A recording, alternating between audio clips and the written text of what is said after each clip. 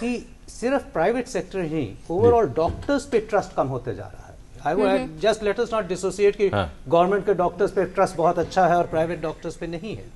Overall doctors पे trust खत्म होते जा रहा है, and it is not the same noble profession which is existed, and just like a deterioration in ethics and morality of practically every service that we see आजकल, चाहे वो and media is also not separated from it, हर क्षेत्र में हमने देखा है कि there is a deterioration of trust, and that is because of certain issues which have arisen, and they are definitely happening all over the place.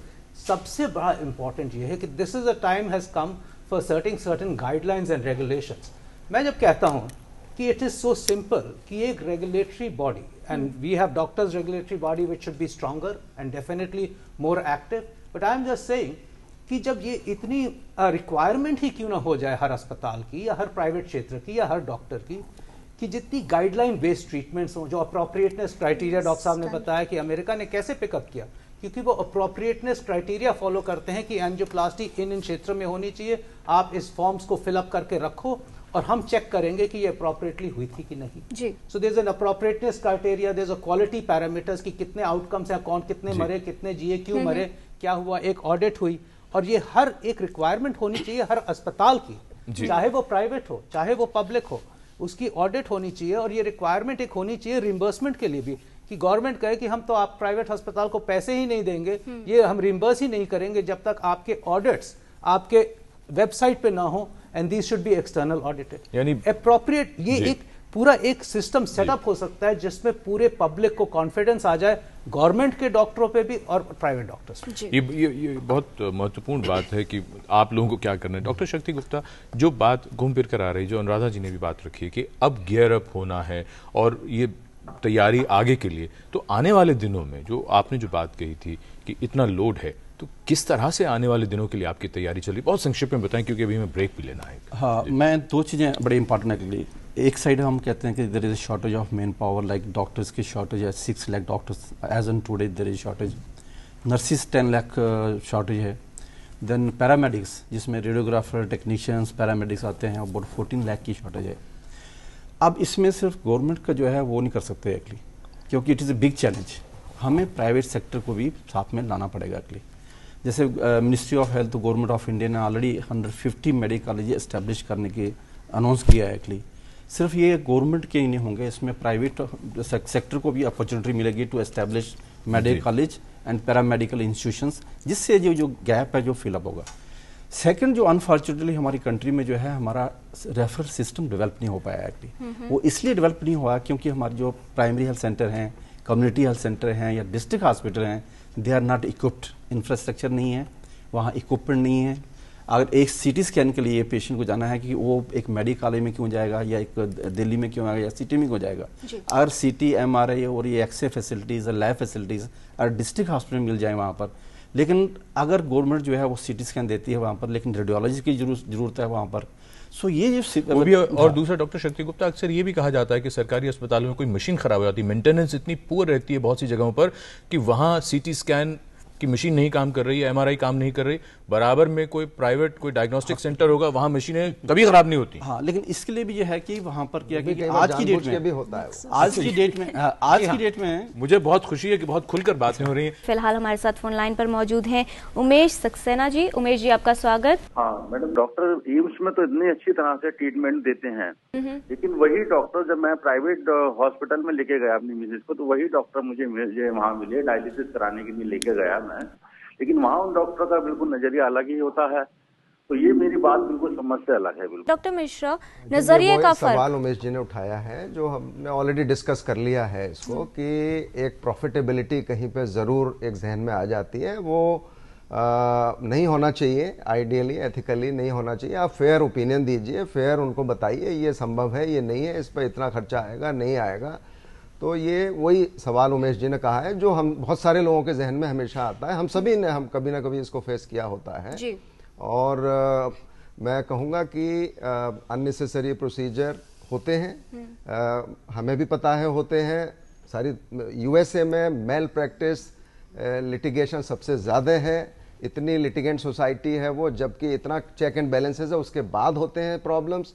Bharat में कोई accountability नहीं है, कोई ऑडिट नहीं है। आप सेल्फ डिसिप्लिन करें तो करें, नहीं करें तो नहीं करें, कोई देखने वाला नहीं है, आपको कहने वाला नहीं है कि क्या कर रहे हैं क्या नहीं कर रहे हैं।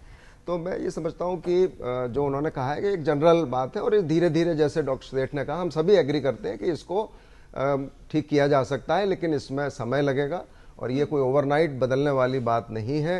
रेगुलेटरी बॉडी जो भी जैसे भी उसको जिस मैकेनिज्म से आप करना चाहें, बट मैं एक सिल्वर लाइनिंग देना चाहता हूं कि इतना कोई नेगेटिज्म नहीं है हेल्थ केयर में आज, और पिछले 5 वर्षों में जो हुआ है हेल्थ केयर में वो उससे पहले कभी नहीं हुआ।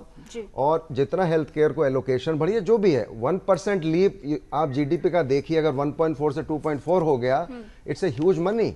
और इसी बिना पे मैं तो बधाई देता हूं आज के जो हमारे स्वास्थ्य मंत्री हैं, वो एक न्यूट्रल इंडिपेंडेंट सर्वे में he was adjudged the best health minister of the country. जो कहते हैं ना, जो ड्रीम क्रिकेट टीम बनाएंगे आप, क्या टीम बनेगी, सचिन तेंदुलकर होंगे, राहुल द्रविड़ होंगे, इसमें उन्होंने कहा ड्रीम कैबिनेट अगर बनेगी तो स्वास्थ्य मंत्री कौन होगा, तो आज के वर्तमान स्वास्थ्य मंत्री को जज किया गया कि he is the best health minister India has ever had. जी, अब हमारे पास समय लगभग समाप्त हो चुका है, लेकिन हमने बहुत कुछ चर्चा की है कि कहाँ प्रॉब्लम है, हमें क्या करना है। संक्षेप में संदेश के तौर पर बहुत कम समय में अनुराधा जी आपसे शुरू। देखिए, मैं समझती हूँ कि 10 चीज़ें करने की ज़रूरत है। सबसे पहले तो ये है, इन्वेस्टमेंट बढ़ना शुरू हुआ है, हेल्थ में बढ़ना और बहुत बढ़ाने की ज़रूरत है। So we need to increase that investment. Second जो चीज़ है वो है कि आपको प्राइमरी हेल्थ केयर पे विशेष तवज्जो देना पड़ेगा। आप टर्शरी हेल्थ केयर पे सारे चैलेंज को नहीं एड्रेस कर सकते हैं। थर्ड आपका ये है कि आपको क्यूरेटिव हेल्थ केयर के साथ साथ preventive promotive aspects of health care को बहुत ध्यान देना पड़ेगा। चौथा आपका ये है कि सोशल डिटर्मिनेंट्स ऑफ हेल्थ जो आपके हैं, आप उनको बिल्कुल भी इग्नोर नहीं कर सकते हैं, because they account for a large part of your health disease burden. So वो आपको ध्यान देना पड़ेगा। इसके अलावा आपके जो टास्क शिफ्टिंग कैसे हो, डॉक्टर से हट के आप कैसे अपने नर्सिंग बाकी कार्डर्स को इम्प्रूव करें, वो देखना पड़ेगा। प्राइवेट सेक्टर को हम कैसे लेवरेज करें वो हमें देखना होगा कि पब्लिक के साथ प्राइवेट हमें किस तरीके से हम उसके एडवांटेजेस को, स्ट्रेंथ्स को लेवरेज करें, एक्सप्लॉइट करें। इसके अलावा एक बहुत ज़्यादा स्ट्रॉन्ग हमें बेसिकली रेगुलेटरी मैकेनिज्म लाना पड़ेगा जिसका बहुत ओवरसाइट हो। Accountable quality health care system बनाना पड़ेगा। क्वालिटी सिर्फ सैनिटेशन तक सीमित नहीं है, quality is about the satisfaction of the client. तो फाइनली इन द एंड जो आपका क्लाइंट, बेशक वो पब्लिक हेल्थ सिस्टम में आए या प्राइवेट हेल्थ सिस्टम में आए, जब वो कहता है मैं पूरा संतुष्ट हूँ हर हिसाब से, एक्सेसिबिलिटी के हिसाब से, अफोर्डेबिलिटी के हिसाब से। और डिस्ट्रिक्ट हेल्थ केयर को स्ट्रेंथन करना पड़ेगा, जो डॉक्टर सेठ ने कहा, बाकी भी आया।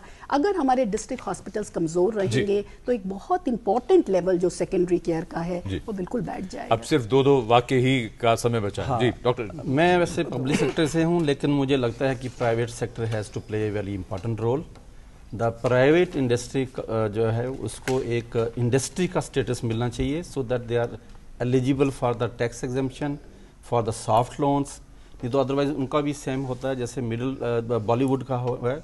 Second, private sector has to play important role in the medical education, in the national health programmes, in the training programmes, in the capacity building and tele consultation जो है, सो दैट पेशेंट जो है जरूरी नहीं है कि operation के बाद उसको फॉलो अप के लिए वहां आना है। टेली मेडिसिन के थ्रू हम उनको कंसल्टेशन उनके घर तक दे सकते हैं। डॉक्टर अशोक सेठ, द फ्यूचर जो हमारा गाइगेंटिक टास्क है of health care relies on कि private and public, government and private को बैठना ही है, और उससे पता क्या स्ट्रेंथन होगा, apart from the trust and relationship, ये एक दायरे में बैठना है। अकाउंटेबिलिटी, डिलीवरेबिलिटी सब कुछ हो, कौन क्या लीड करेगा, but it has to be for the secondary centres, क्योंकि तभी वो एक डिलीवरी चेन रोबस्ट हो सकेगी। और सेकेंडरी सेंटर्स की डिलीवरी चेन रोबस्ट होगी तो एम्स या टर्शरी अस्पताल भरे नहीं रहेंगे, वो एक अफोर्डेबल केयर प्रोवाइड होगी। और मुद्दा होगा फ्री केयर। अगर हम कहते हैं कि free universal care for all, it is impossible,